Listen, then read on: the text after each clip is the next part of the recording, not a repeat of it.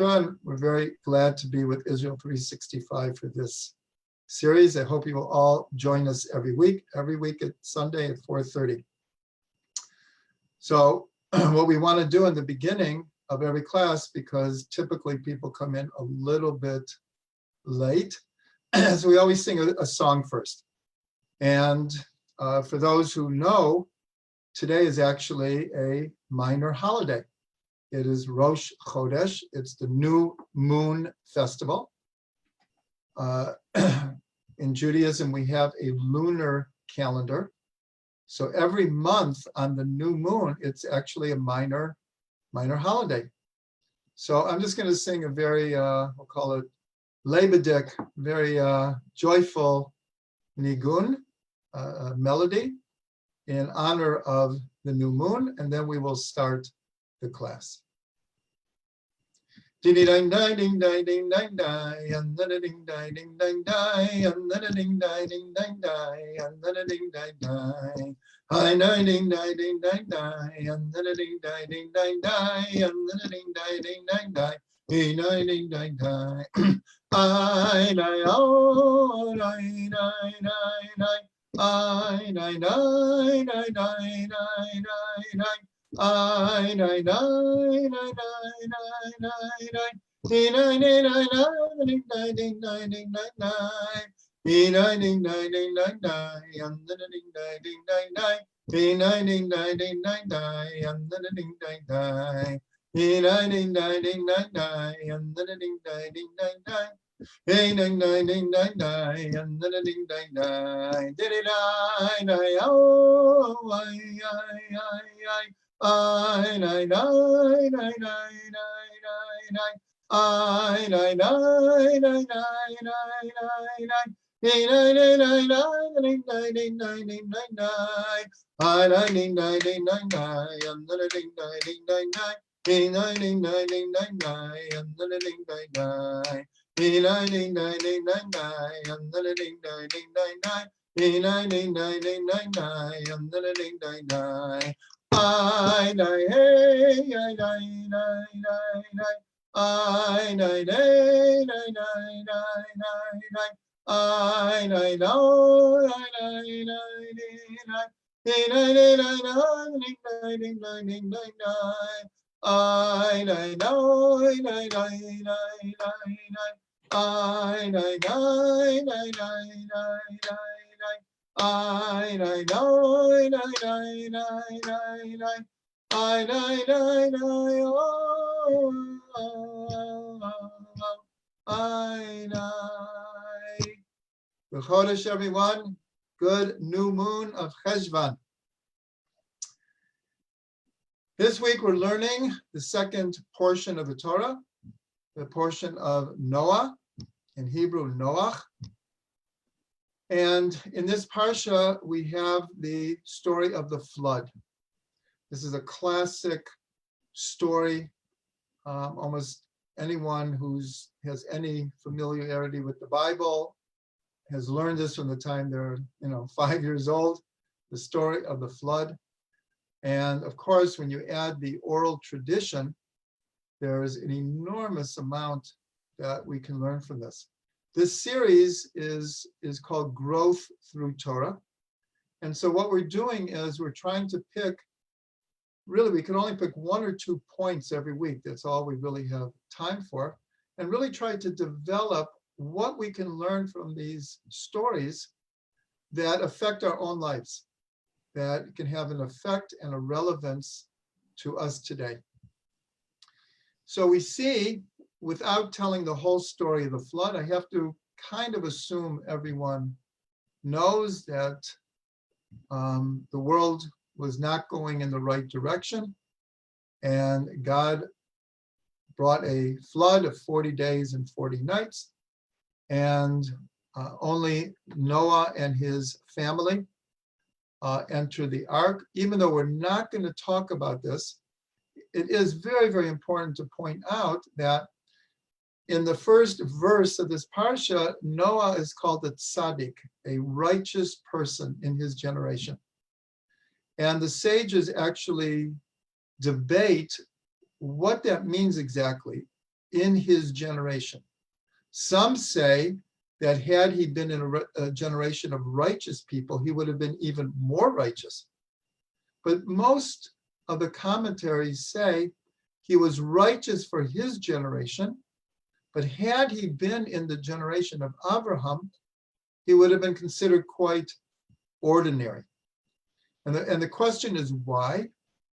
And this is, we're not going to develop this, but I think it's important to say is that, in a sense, God was waiting for Noah to plead for his generation. He was waiting for Noah to go on a campaign to get his generation to change. But we see that God gave Noah 3 instructions. One was to build an ark. The second one was to enter the ark. And the third one is to exit the ark. And Noah did everything exactly like God said.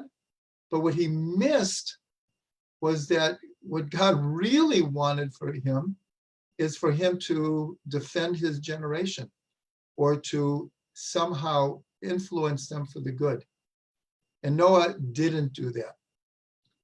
That really is a whole other subject, but it is important to point out. So we're going to concentrate on the third of the instructions from God to Noah, and that was, now it was time to exit the ark. After the famous story of Noah sent a raven to see if there was any dry land, and the raven came back, and then he sent a dove, and the dove eventually came back with a sprig of olive. And therefore, Noah understood that there was some dry land now. But then God commands him to leave the ark. So since the Torah is archetypal and is always giving us direction and showing us how we can grow, so what does it really mean for us that he was directed to leave the ark? On one hand, we could say it was just a physical direction. It's time to leave the ark and to begin mankind again. So we see it was really more than that, because Noah was in a practically unique position in all of history, is he saw a brand new world. Adam and Eve saw a brand new world. And Noah, when he came out from the ark, it's a whole new world. And the direction to leave the ark was not just a physical direction, but God was saying, if you want to start a new world, you have to leave the pre-flood consciousness behind you. Now, we can apply this in many, many circumstances in our own lives, that many times we're not quite privileged to see a brand new world. But let's say when we get married, at whatever age it is, 20 or 25 or 30, until then, our world has been us in our own head, as it were, part of a family, but our context is very much ego-centered. And then when we get married, it's like entering a new world. When people move, let's say someone's been in a city for 20 years, 30 years, and then for whatever reason, health reasons or job opportunity, they leave. It's like going to a new world. When people change lifestyles and have a radical or revolutionary change in how they're going to live their lives, it's also the same thing. So the idea, though, is to really be successful, we have to be willing to not completely break with the past, but be able to not drag all of our past preconceptions with us and be ready for a new place, a new job, a new relationship. Because if we just are in the same old consciousness, it does not make it easy. We have to be willing to really start again. And this applies to an individual, and it applies to a community, applies to a nation, and applies to the whole world. So just two examples that are very relevant is only 3 years after the Holocaust, the state of Israel was reborn. Both of those were precedents that were never in the world before. There never was quite a genocide like the Holocaust. There have been terrible wars and call it ethnic cleansing, but there was never quite such a conscious attempt to wipe out a whole people as in the Holocaust. And yet only 3 years later, the state of Israel is reborn.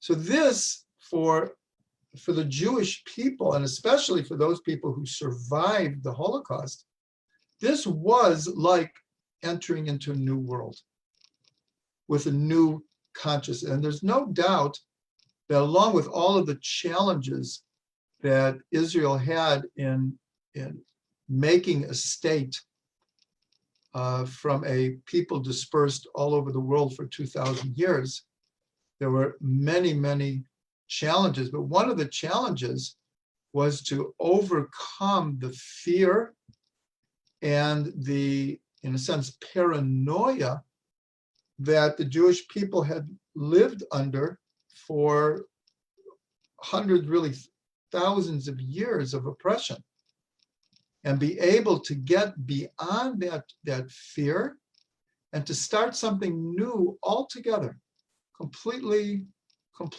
new. And though there are certainly many, many challenges that Israel still faces, it is such an incredible successful story. It's not to be believed what has happened here in only 75 years. It's just, I've been here 45 years, and the country is practically unrecognizable. I'm not talking about the land itself, but well, actually, a lot of the land has changed everywhere. So that's one example. But the reason I thought of centering in on this one idea is because of the pandemic that the whole world is going through right now. Israel literally today is stepping out of a second shutdown. In other words, for the last month, except for the many exceptions, but we've been confined to 1,000 meters from our houses. And 6 months ago, it was even stricter. It was even stricter. And many of you are watching in different cities have also had what we call shutdowns, or if people knew other people who got the virus, then they had to be isolated. And this is a worldwide pandemic. So there's been many, many commentaries, because in isolating ourselves, it's like being in the ark. In other words, for many, many people, what we've gone through in the last 6 months is like a whole new experience. We haven't really experienced anything like this.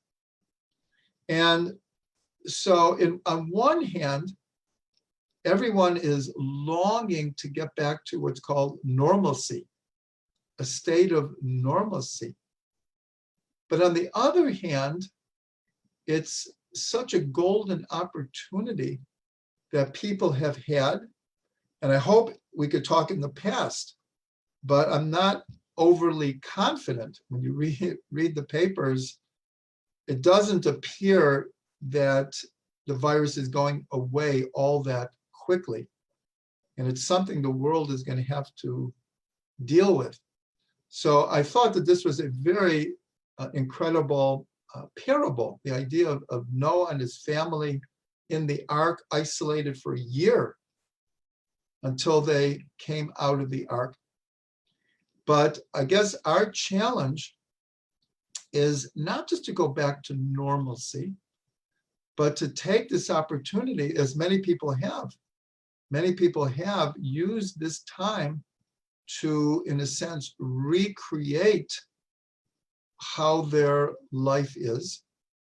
The fact that we're doing this class online, I'm sure many of you are aware of how much the technology has really come to our aid these last 6 months.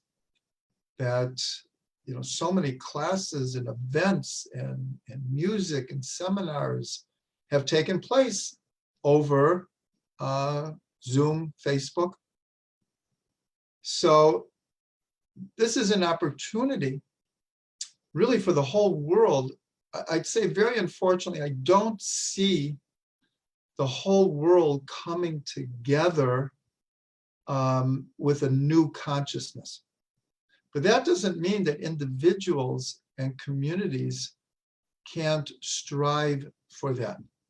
I'm sure you're aware of over, let's say, the last 20 years, 25 years, 30 years, how many books and movies have been made about either an asteroid that's going to hit the Earth, or aliens that are coming, or, you know, now we have climate change.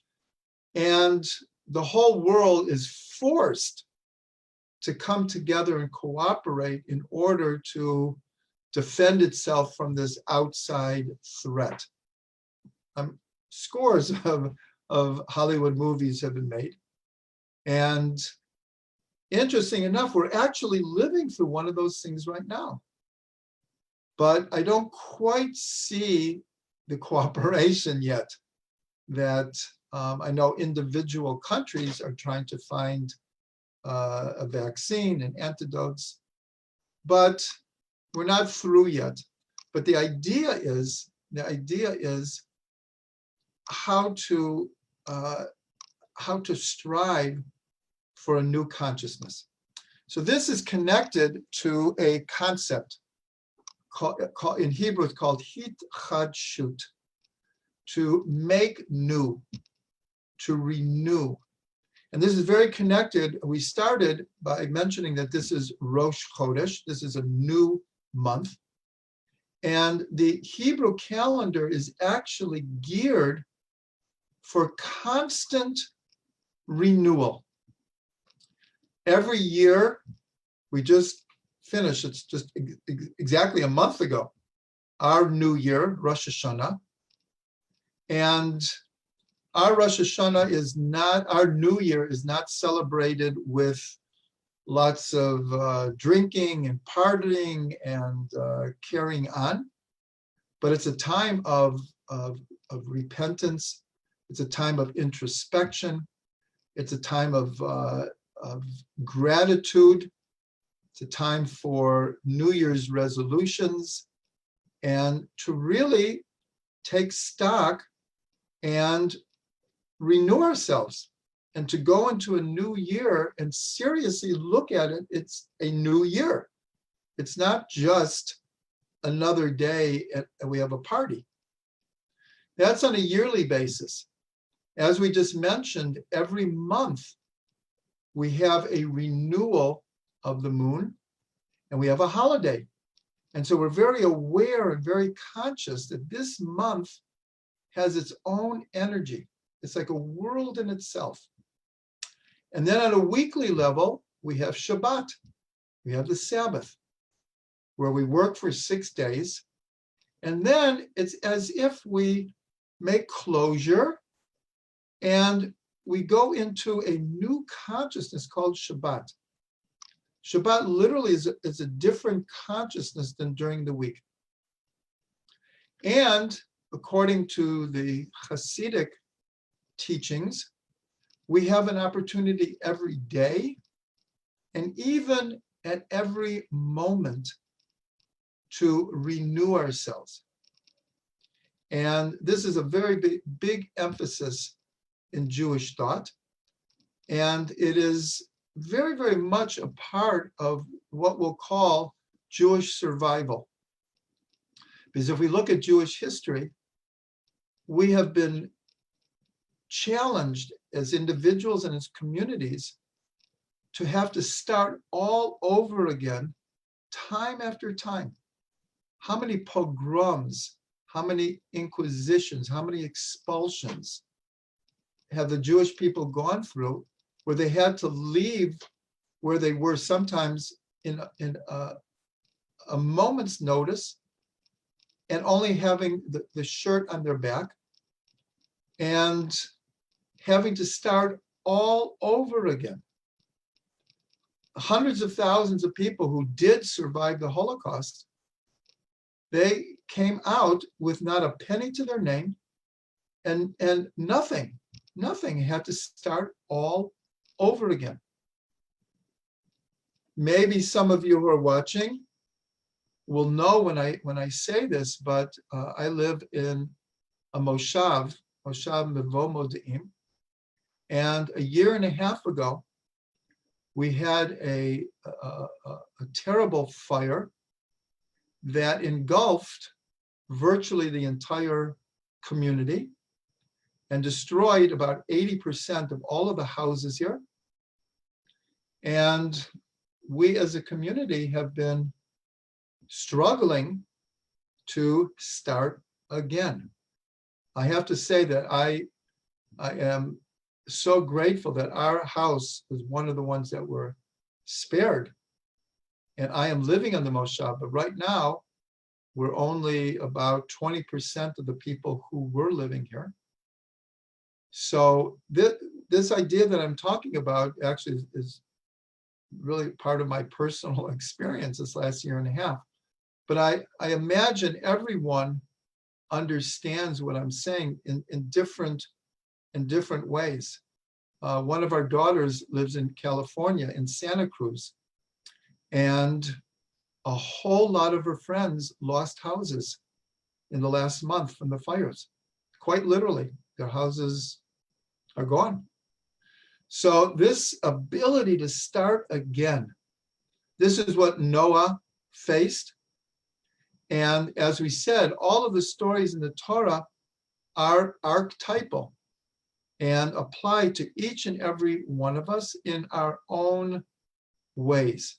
So I hope that I've taken a story in the Torah and kind of brought it down to our level, and seeing how we can grow from this. You know, in modern terms, the expression that's used a lot of times is to take lemons and make lemonade. And we've all had this in different parts of our life, where things did not go exactly like we hoped or intended or wanted. And either we can throw up our hands, or we find a way to carry on. So I just want to end, before we open this up for anyone who wants to make comments, anyone who wants to ask a question, is, in a sense, the whole world is waiting for a new world. And that's what we call the Messianic era, Mashiach, the Messiah. That according to our tradition, this cycle of history that we're living through will last for 6,000 years. And the 7,000th year will be the era of Mashiach. And right now in the Hebrew calendar, we're in 5781, meaning we are approaching 6,000 years. And for many people, this is how we understand, why did we come back to Israel now? Why not 300 years ago, 500 years ago, 1,000 years ago? Many people see that as we're getting closer to the 6,000 years, events are playing themselves out. And for those who know the Bible and the Jewish prophets, virtually everything that they said would happen is happening or has happened. And in short, all of them, and the greatest prophet of them all was, of course, Moses, especially in the book of Deuteronomy, where Jewish history is laid out that we would enter into Israel, and then we, because of our own deeds, we would be exiled. It would be a long and hard and cruel exile. But at the end of days, we would be brought back to Israel, and we would rebuild the cities and replant the land. The city of Jerusalem would become the spiritual capital of the world again. And all of that has happened. It's actually quite astounding. All of this has happened. The last piece is the final redemption. And that is what we're waiting for. But part of that is the acknowledgement that along with the Mashiach coming, the Messiah coming, it entails an entire new consciousness. In other words, that is the greatest work of the Messiah, is to bring the world together in peace and harmony and initiate an entire new state of consciousness. So in a sense, the whole world is getting ready for that. And many, many people understand all the developments of technology as being part of that process. That the incredible advances that have been made in medicine, in communications, in every area, transportation, every area of our lives is driven by the technological advances of the last 100 years. And we see this as part of a new consciousness that is going to come, and we're feeling the beginnings of it. So I want to end with a blessing, and then we'll ask if people just one at a time anyone who wants to ask the question can unmute and ask the question. But I'll end with a blessing that, especially right now, because we are all going through this pandemic, no matter where we live, that everyone who needs to be healed should be healed, that we should all learn what we have to learn as individuals. Communities everywhere, of every persuasion, have had to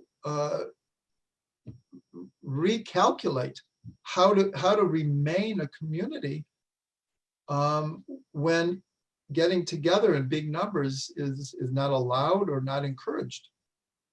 So hopefully, as individuals, as small communities, as nations, and the whole world will learn what we have to learn, will grow the way we need to grow, and God willing, Bezrat Hashem, that what we are going through is just one more step towards the final redemption. Okay, so now